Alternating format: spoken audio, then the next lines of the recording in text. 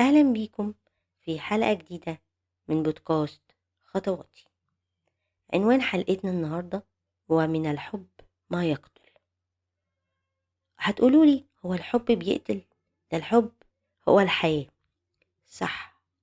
بس أحيانا في بعض العلاقات اللي بنخش فيها علاقات حب بتقتل قلوبنا، مش بتقتلها مرة واحدة، تفضل تكسر في القلب مرة في مرة في مرة لغاية ما القلب يتكسر ويموت. شفت خبرة قدام عينيا، أب وأم عندهم بنتين بيحبوا بنتهم. يعني كلنا عارفين قد إيه الأهل بيحبوا عيالهم. هما كانوا بيحبوا بناتهم بطريقة فظيعة، الحياة كلها مكرسة ليهم، وقتهم مجهودهم زي أي أب وأم عاديين. بس في يوم من الأيام البنت الصغيرة عملت مشكلة كبيرة. بدون الخوض في تفاصيل المشكلة دي كسرت قلب باباها، الراجل اللي كان كله طاقة وحيوية وبيتعب عشان بناته.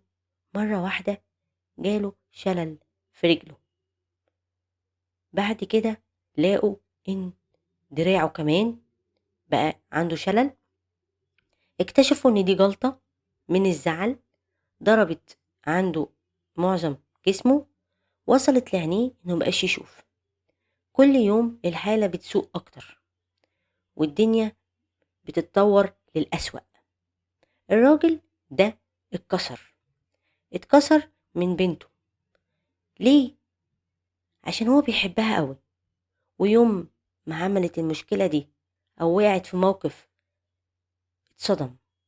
اتصدم إن بنته توصله للمرحلة دي. أنا عايزة أقول لكم إن الراجل دلوقتي أهل بيته وبناته ابتدوا يزهقوا، لأن كل يوم الحالة بتسوء، بقالها حوالي داخلة في سنة. فابتدوا إيه ده؟ يعني بقوا بيدعوا له بالرحمة.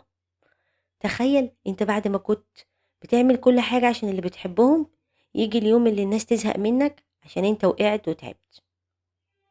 القصة دي او الخبرة دي خلتني افكر، ده بيحبهم، هو ما عملهمش حاجة، هو ما اذاهمش، بالعكس ده كان مكرس حياته لبنته.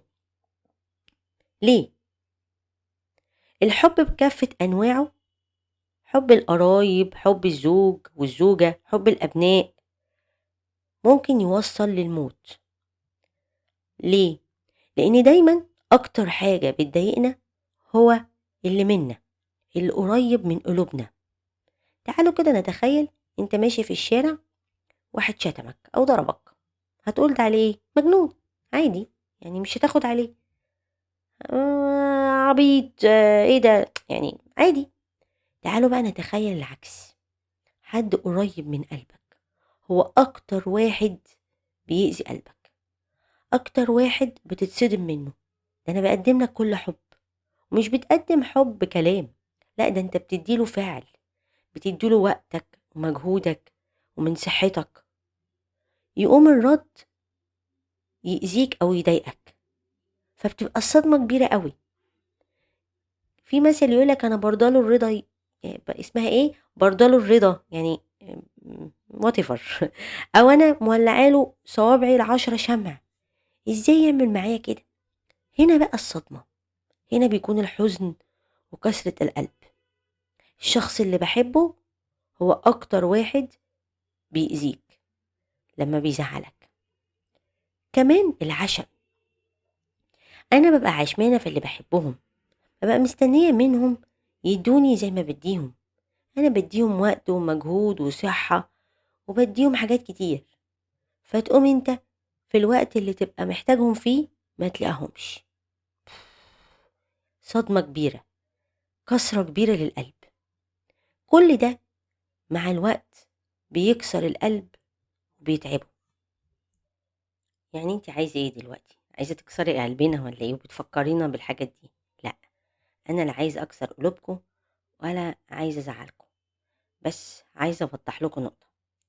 هو كده مش معناها ان احنا نحب يعني، لا، بالعكس، احنا هنفضل نحب وهنفضل نقدم للي احنا بنحبه كل حب، وهنفضل زي ما إحنا. طب وموضوع بقى كسرة النِفس والكلام ده، هو ده بقى هنا النقطة. بمعنى دلوقتي لو اتكلمنا على العلاقات، أنا مش باتكلم على العلاقة الزوجية اللي هُم بين الزوج والزوجة، أو باتكلم على العلاقة بتاعة الحُب، اللي هو بين يعني ولد أو بنت، لأ، أنا باتكلم في المُجمل، علاقات الحُب مع الأهالي وصحابنا و. أنا دلوقتي هاصنّفهم. دلوقتي لمّا آجي مثلًا نتكلم عن علاقتي مع أهلي، متهيأ لي دول بيبقوا أقل risk شوية. ليه؟ أهلك هم اللي بيشيلوك فوق راسهم، باتكلم على الأب والأم، هم أكتر اتنين ممكن يضحوا بنفسهم، هم أكتر اتنين مش بيبقوا مستنيين مقابل، هم أكتر اتنين عندهم استعداد يضحوا بعمرهم عشانك. يبقى دول هاقدم لهم الحب بلا حدود وبلا حساب. ليه؟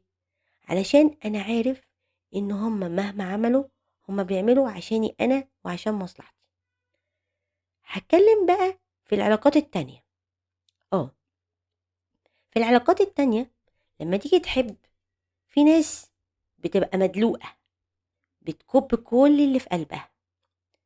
قريت مرّة كتاب بيقول لك إن الحب ده اللي في قلوبنا ده طاقة، لمّا تيجي تقدّمها بالذات هو بيتكلم من ناحية اللي هي الحب للشباب، اللي هم الولاد والبنات.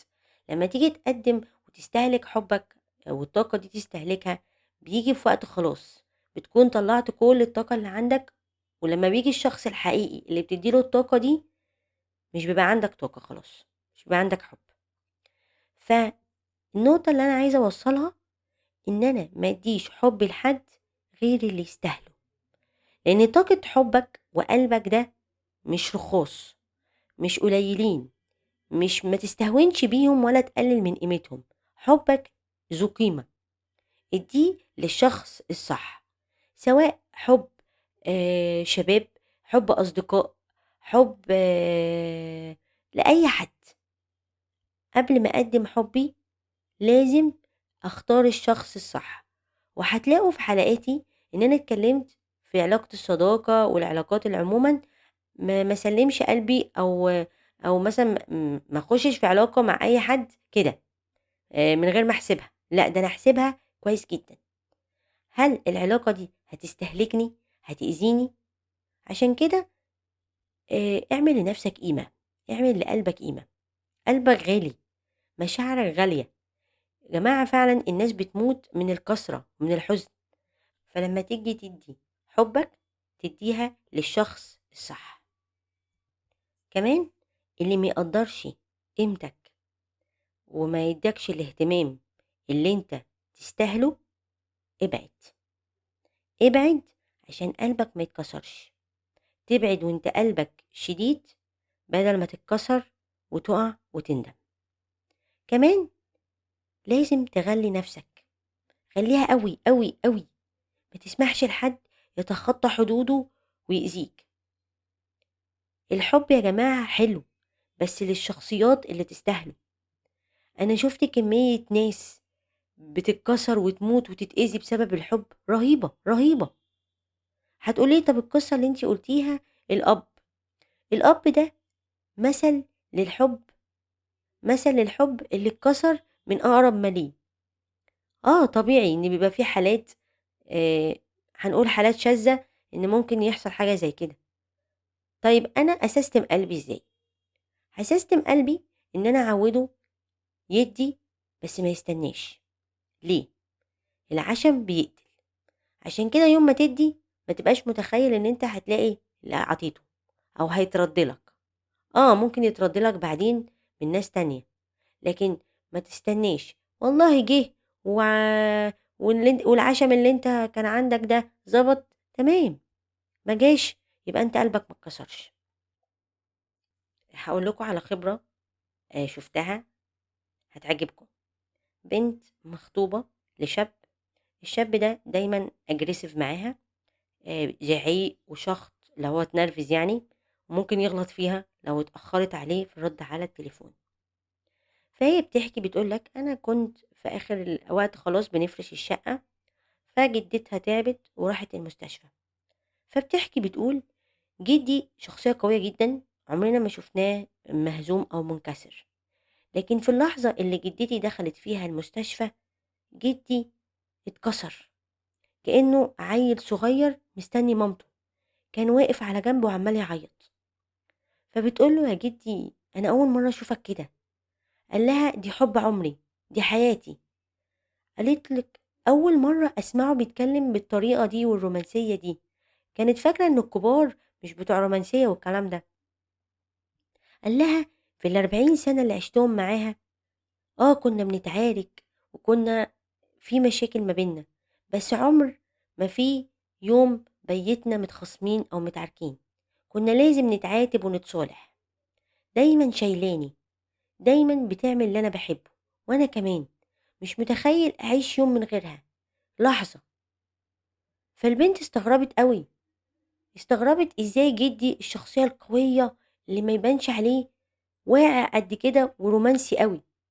قال لها: "لأ، أنا مش رومانسي ولا واقع، أنا باحبها. الحب هو الرحمة، إن هي دايمًا بتعرف اللي أنا باحبه، واللي بيزعّلني بتحاول تقلل منه، ولو عملته بيبقى غصبٍ عنها." أنتم متخيلين كَم الحب؟ بتكمل وتقول إن مرّة جدتي أُغمى عليها عادي، يوميها هو ما عملش حاجة، لكن يوم ما دخلت المستشفى أول مرّة أشوفه كده. بتكمل وتقول لك الدكتور لمّا جه سألها، قال لها: "فين أستاذ كمال؟" فقال له: "أنا." قال له: "هي عمّالة تنادي على اسمك." قال له: "طب طمّني هي عاملة إيه؟" قال له: "كويسة جدًا بس تخشوا ما تطوّلوش عندها." فعلًا دخل، بتقول لك وهو داخل زي العيل الصغير اللي رايح يجري على أمه، ويقول لها برضه كده: تسيبيني كل الوقت ده؟" قالت له: "ما أنت كمان سِبتني في العملية." قال لها: "خلاص أخدتِ طارق منّي."